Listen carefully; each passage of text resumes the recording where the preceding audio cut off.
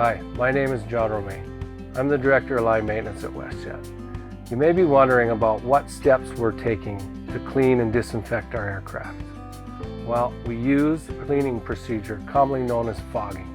Following the arrival of the majority of our flights, as well as part of our overnight cleaning and sanitization regime, we use a hydrogen peroxide-based cleaner that kills up to 99.99% of bacteria to thoroughly disinfect the aircraft.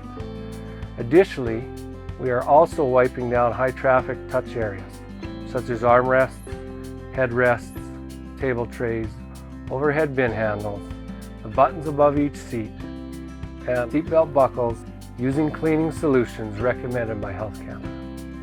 To learn more about this process and other steps we're taking for your safety, visit westjet.com/safety.